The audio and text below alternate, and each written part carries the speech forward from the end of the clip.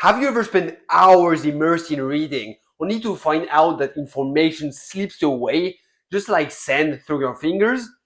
Well, I've been there and for way too long. I used to devour books, but I could barely remember in anything. And that was very frustrating. But guess what? I spent hours of reading and learning and built a science-based method that will help you to remember anything you read. By the end of this video, you'll have a precise recipe for remembering everything you read, and make sure you stick around because I'll guide you on effectively putting these techniques into practice. When it comes to remembering information, our brain is not the best. It's simply not meant to store a lot of information. Our brain is bombarded with information all the time, and as incredible as it may sound, our unconscious mind can process 11 million bits of information per second. However, our conscious mind can only process 40 to 50 bits of information per second. That's why only relying on the conscious mind to remember information is simply not effective. To face this challenge, you must first understand the three pillars of memory. Encoding is how you assimilate and understand information, and usually attaching meaning and emotions to information helps encoding more effectively. Then storage is how your brain retains the information, and it involves strategically placing the information in the short-term memory or the long-term memory. And then retrieval is the skill to access these encoded information whenever you want. So if you don't know how to effectively tap into your brain, acquiring any skill or learning anything could take way longer than it could be.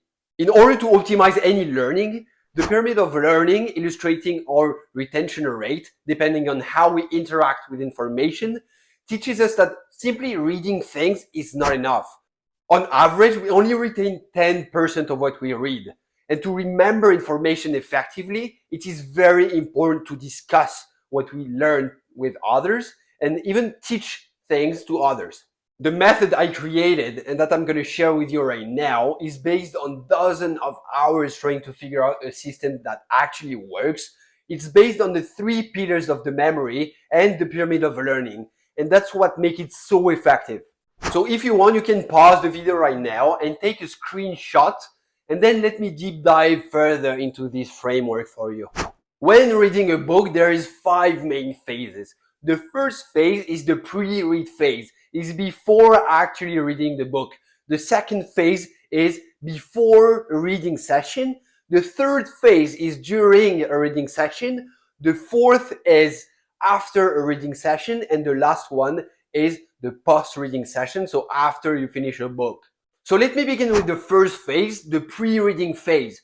The main idea of this phase is to have a clear idea of the purpose of the book, the structure, and the key ideas. Having a good understanding of the structure of the book is like looking at a map before going in the territory. You know where you're going, you know what you're going to find along the way, and it prevents you from being lost. A book without a structure is like a road without sign. You may end up wandering aimlessly, forgetting where you come from and where you're going. The first step of the method is to analyze the table of contents.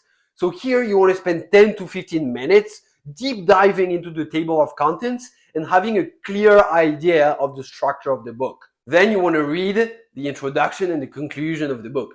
It may sound counterintuitive to read the conclusion of the book at the beginning, but it helps you see where the author wants to go, and it will help you connect the dots when you read the book.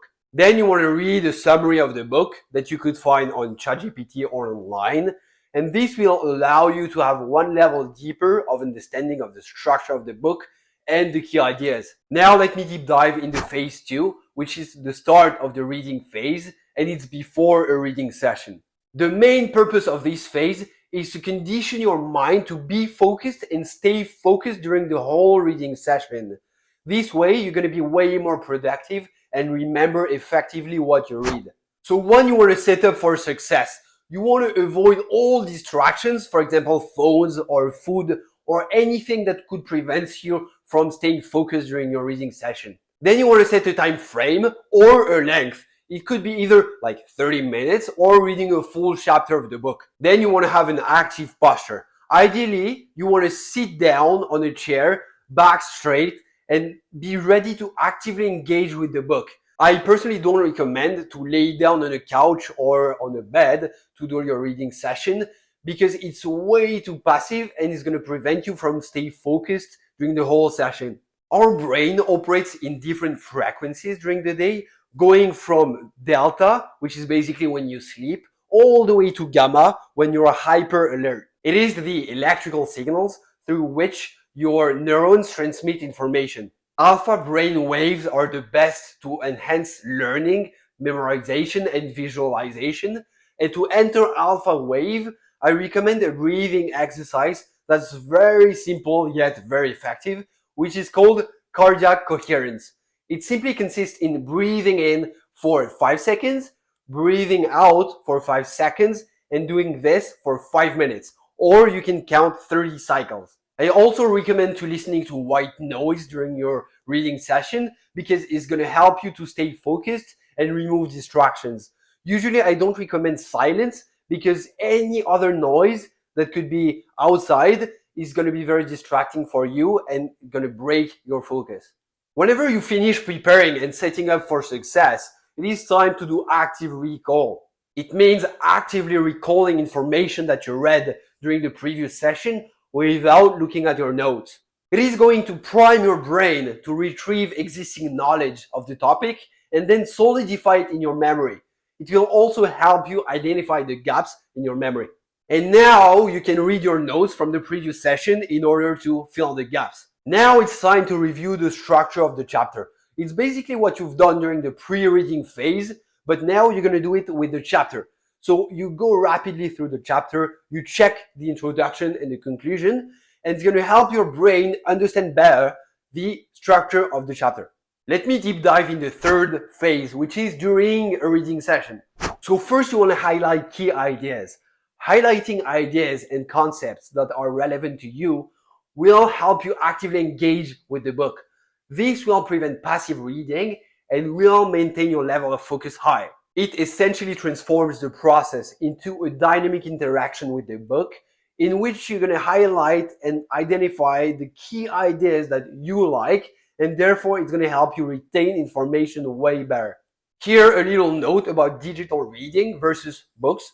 I personally like reading on Kindle because I can store all my books on the Kindle and then I can highlight everything I want on my books and export them on my laptop. Then I organize all my highlights into my note-taking system, which is my second brain. This is my digital organization in which I put everything in my life.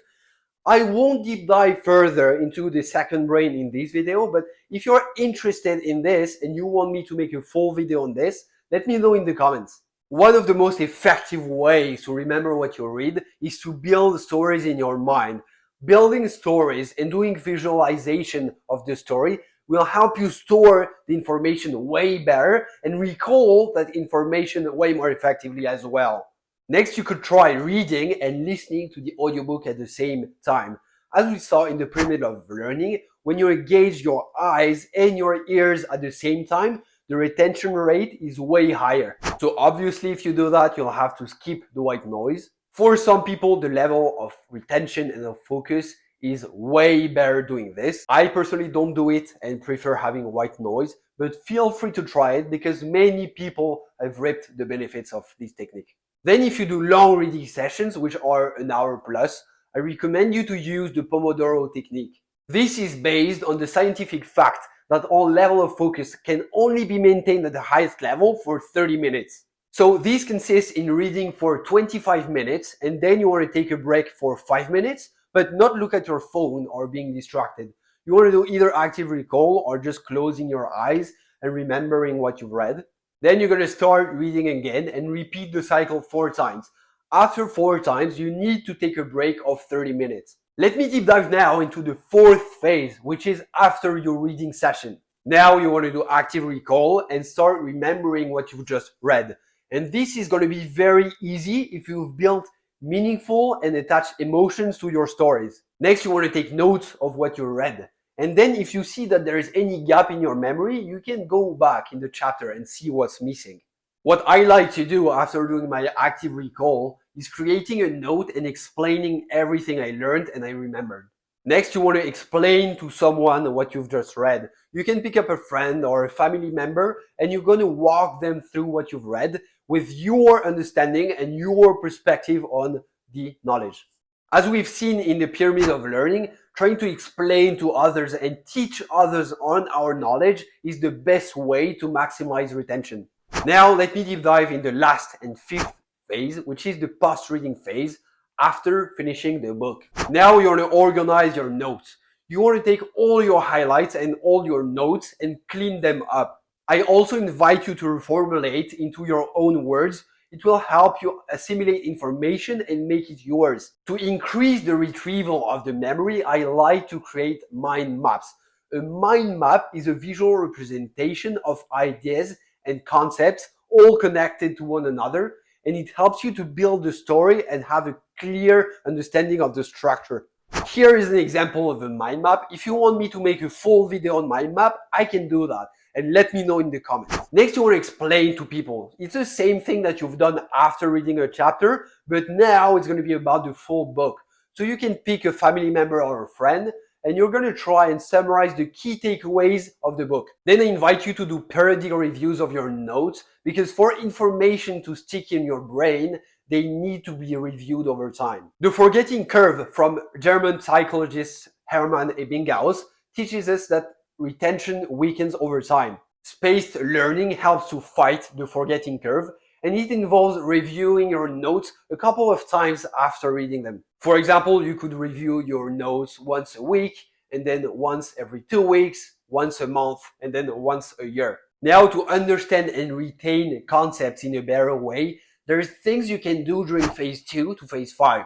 You can explore additional resources such as podcasts or YouTube videos or articles, and having fresh new perspective on the topics will help you understanding it way more deeply and being able to connect the dots. Also, during the whole process, you want to explain what you're reading to people because it engages multiple cognitive processes and it's going to help you retain information way more effectively. And congratulations, you've equipped yourself with a powerful arsenal to retain and remember information. Remember, effective learning is not about passively reading books, it's about actively engaging with the information you absorb. By implementing the 5 phases from pre-reading to post-reading, you've transformed your reading experience into a true interactive journey. Each phase contributes to encoding, storage, and retrieval of information in a very effective manner. And don't forget the importance of visualization and storytelling.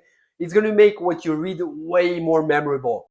And let's not overlook the power of explaining what you're reading to others. It's going to help you understand information in a deep level, and it's going to help you retain everything you read. So embark in this journey armed with your new reading strategy and see how your ability to remember what you read becomes extremely high. If you found these strategies valuable, hit the like button, subscribe to my channel for more insightful content, and ring the notification bell so you never miss a chance to grow.